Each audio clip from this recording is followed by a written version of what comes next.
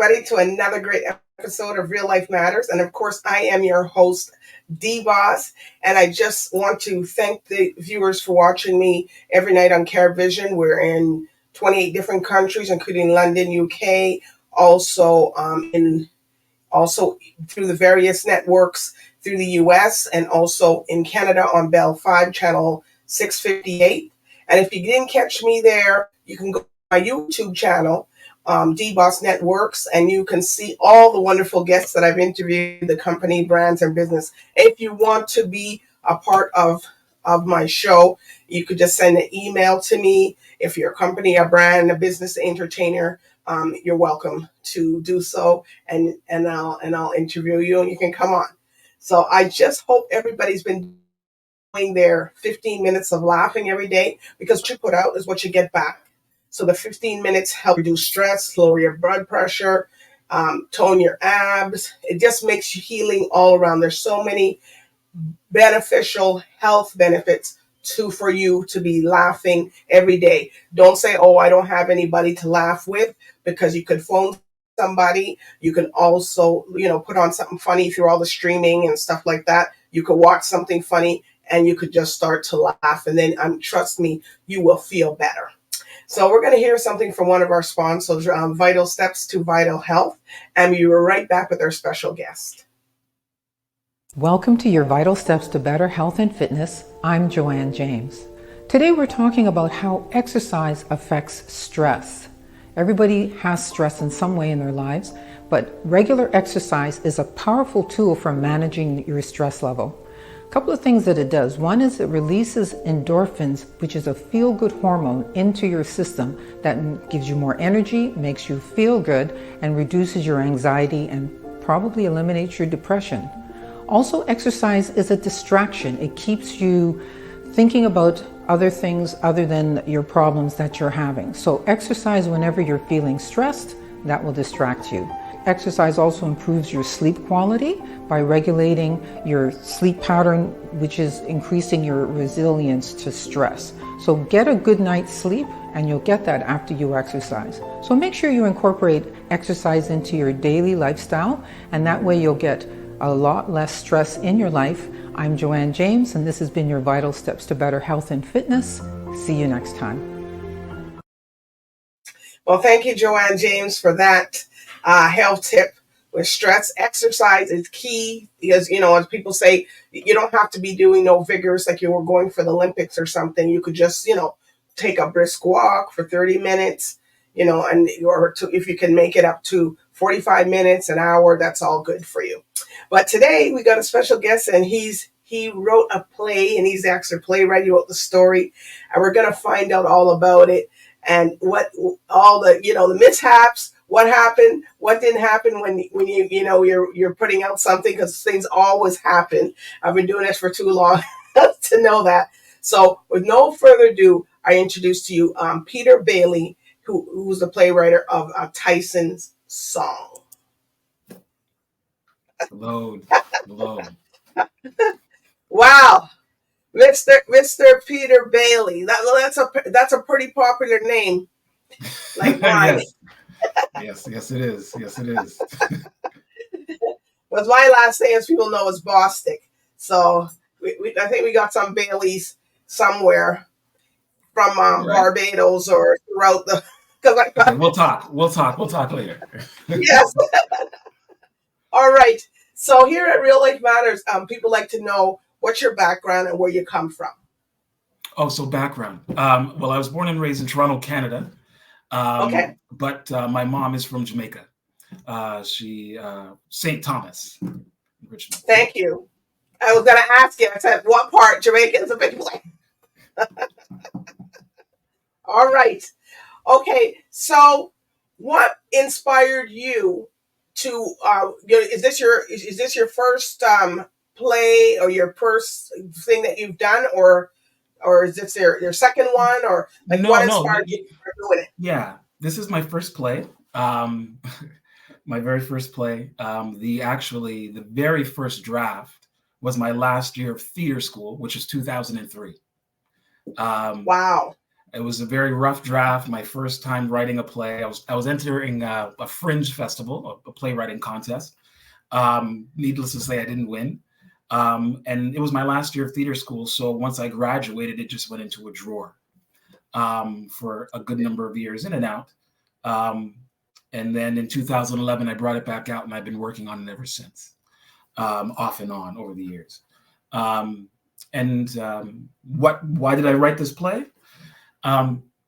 It's very interesting. The original play, the original draft had about 5 to 6 characters. But these 2 characters that are in Tyson's song stood out the most. These 2 young Black men. Okay. And as I focused on this relationship between these 2 Black men, it kind of allowed me to think about my own relationships to the men in my life, whether they were my own brother, who was deported when I was 14, Wow. to the men in the Brotherhoods department at my church, or the various men that I met in high school on the basketball teams that I played on, or the Black men that I met in high school who might have mental health problems that I see on the streets now. And it made me think about that relationship. It made me think about what is brotherhood, and what does it actually mean, and what is our connection to each other, as well as my own struggles as growing up as a Black man in Toronto. Okay. All right. So how did you come up with the name Tyson's Song? Yeah, it's interesting. Well, one of the main characters, obviously, his name is Tyson. I don't want to give too much away. But what I've said, you got to give a little bit. Yeah, no, I'll give a little bit. I think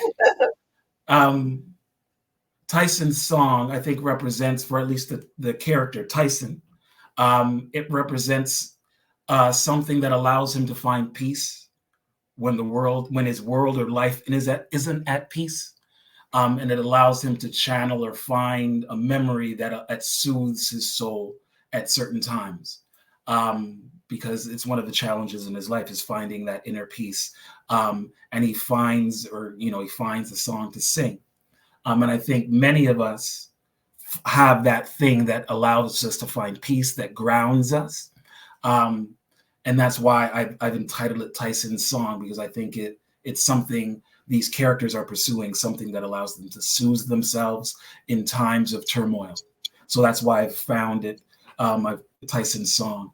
And also, actually, more recently, if you allow me, I started reading a gentleman by the name of James L. Cone, who was a preacher in the States, and he wrote a book about the blues. And when he was talking about the blues, and I'm paraphrasing, sorry, and he was talking about all the dimensions of suffering that Black people have faced, he said that Black people chose to sing a song of transcendence. That facing their problems, they chose to sing a song of transcendence. So, when I originally came up with the title Tyson's Song, it didn't really connect to that. But since then, that's what it means to me, Tyson's Song. It's whether it's actually literally a song, or whether it's somebody going to exercise, or somebody knitting, that thing that allows you to transcend whatever circumstances you're in, that allows you to break through. So that's what Tyson's Song now really means to me. It's one's ability to transcend their circumstances, however they find their way to that.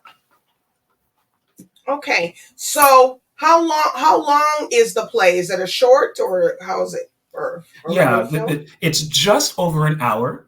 The premise of the play is that, if you allow me, the premise of the play is that these 2 best friends, they're out on their last boys' night out. Plans go awry, and they're left waiting on a bus to try to get home.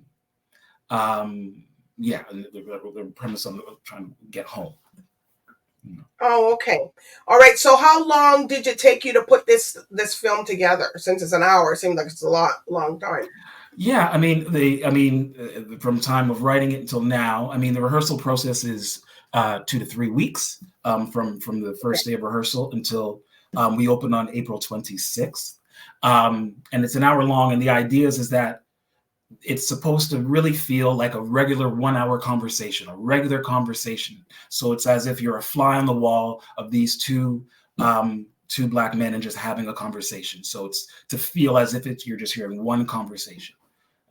So it's really sort of really tight knit in that way. So is it a play or what? Is it a film or is it a play? No, it's a play. It's a play. It's a play. It's a play. Okay. Yeah. It's a live. It's a live production. Live production. Yeah. Wow. So so you guys must have went through a couple of bloopers when you were. Yeah, we've hired we really found some really talented actors, Kyle Brown and Jamar Adams Thompson, who do a phenomenal job at portraying and bringing these characters to life. Yeah, really did. Yeah, wow. And it was fun in rehearsal. I will say that. Yeah. So did you have to show anybody how to act or to do anything, or you just sat back and just did everything from afar? No, you know what? Because art, theater or film, is a collaborative form. So everybody is bringing in their own insights. As our director Ash Knight or myself, who's had these characters and words in my head for a long time. We are seeing things on the outside, and the actors are bringing something from the inside. So it's very collaborative in that sense. So they're telling me stuff that they're feeling, and I'm seeing something. So it's a very collaborative art form in that sense. Yeah. Wow. So everybody got their script that they had to memorize and say and. Yeah. And making cuts, rewriting, as we're going, because it's a brand new play. So, right. They're saying something. You're like, oh, you know what? Let me change that line right here. Oh, what you said, I'm going to use that. That's much better. Oh, okay.